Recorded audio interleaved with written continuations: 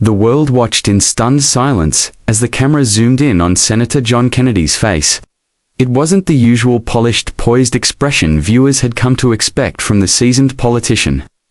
No, this time, his eyes were wide with something else, something raw, something real. It was as though the weight of an unseen hand had just come crashing down on him. The email was out. The trap was set. But what happened next would not only change the dynamics of the show, but would also shatter every preconceived notion about public perception, integrity, and what it truly means to stand up in the face of adversity. Act 1. The setup. It all began on a routine taping of The View, the talk show known for its fiery debates and unflinching opinions. The host, Joy Behar, was ready for her usual banter with the guest of the day, Senator John Kennedy of Louisiana. Kennedy, a man known for his dry wit and southern charm, was no stranger to tough questions, but there was something different about this episode.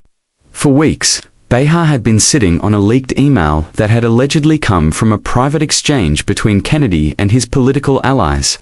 The email contained unsavory remarks about a certain piece of legislation, remarks that could ruin the senator's reputation. The moment Behar received the email, she knew it was the perfect weapon. Kennedy had made a few enemies in his career, and this email, if revealed at the right moment, could bring him to his knees. Behar, ever the provocateur, had a reputation for pushing her guests to the limit. She had often criticized politicians, especially Republicans, and loved watching them squirm under pressure. But this time, it was different. She was playing chess with a man who was about to turn the table on her. Act 2. The trap. The set was bustling as the show went live. Behar was in her element, ready with a string of pointed questions designed to get under Kennedy's skin. The audience could feel the tension in the air. It wasn't just another day of political sparring. Something more was at stake. Behar had a strategy: ask the right questions, get Kennedy to deny the email, and then bam, reveal it in front of the nation, forcing him into an awkward, defensive position.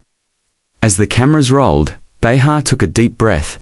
"Senator Kennedy," she began, her voice laced with mock sweetness, "you've always claimed to uphold family values, yet there's this leaked email that paints a very different picture of you. Care to explain?" The air seemed to crackle with anticipation. Kennedy, as calm as ever, looked directly at Behar. "I don't know what email you're referring to, Joy," he said, his voice steady, even soothing. "But whatever you're about to show, I'll read it to you myself." Behar was caught off guard, her lips parting in surprise. She had expected him to deny the email's authenticity or shift blame, not to confront it head-on.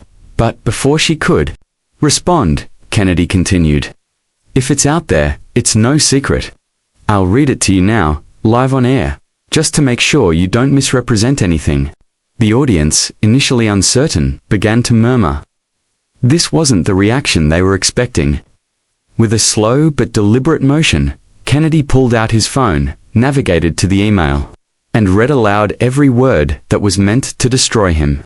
It was a deeply personal email, detailing concerns over a piece of legislation that had divided the nation. In it, Kennedy had expressed frustration and private doubts about the political strategies being employed to push it through. But nowhere in the email did he say anything egregious or unethical.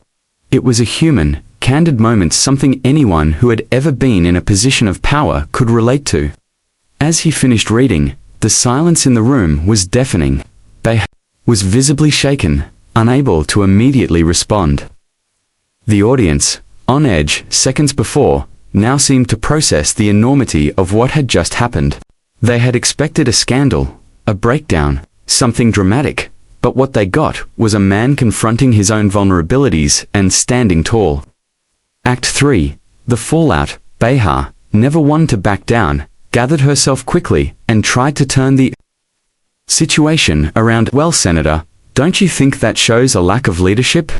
You were supposed to be sure of your stance, not second-guessing it in private emails." Kennedy's response, however, was measured, yet poignant. "I think, Joy, that's exactly the problem. People in positions of power are expected to be perfect, to never have doubts, to always present an image of unwavering certainty. But we're all human. I'm not afraid to admit that sometimes I question decisions.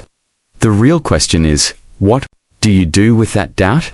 Do you let it control you, or do you use it to grow, to make better choices?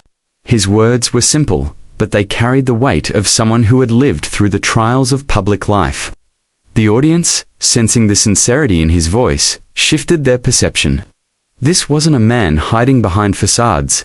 This was someone who understood the burden of public scrutiny and, rather than crumbling, had chosen to confront it head-on.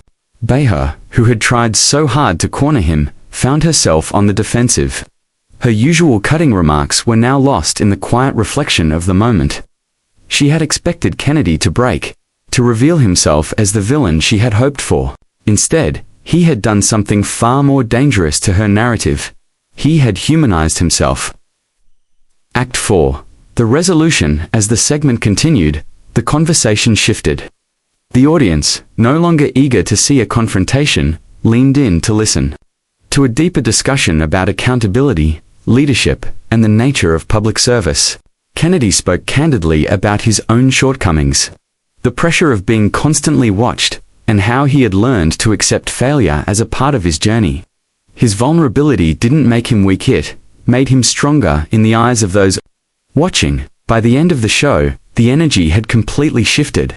Behar, who had hoped to expose a flaw in the senator, instead found herself faced with a man who had shown the true strength of character, the ability to own his flaws and turn them into opportunities for growth. When the cameras stopped rolling, Behar offered a quiet, unexpected compliment. "You know, Kennedy, you surprised me today. You handled that better than I expected." Kennedy smiled, a wry grin that betrayed a quiet satisfaction. "I've been in politics long enough to know that sometimes the trap you think is waiting for you is just a chance to show who you really are." As the crew packed up and the lights dimmed, one thing was clear. Kennedy had won, not by outwitting Behar or exposing a weakness in her, but by revealing a strength that was beyond what anyone had anticipated. In the process, he had delivered a powerful message to everyone watching. Don't let the fear of being judged or criticized silence you. Don't run from your vulnerabilities. Instead, confront them, own them, and use them as fuel to move forward. It was a lesson in authenticity that transcended politics, a lesson in the power of embracing imperfection and turning it into something greater. The audience, and even Behar herself, would remember that moment for a long time. And for Kennedy, it was just another day of being unapologetically real.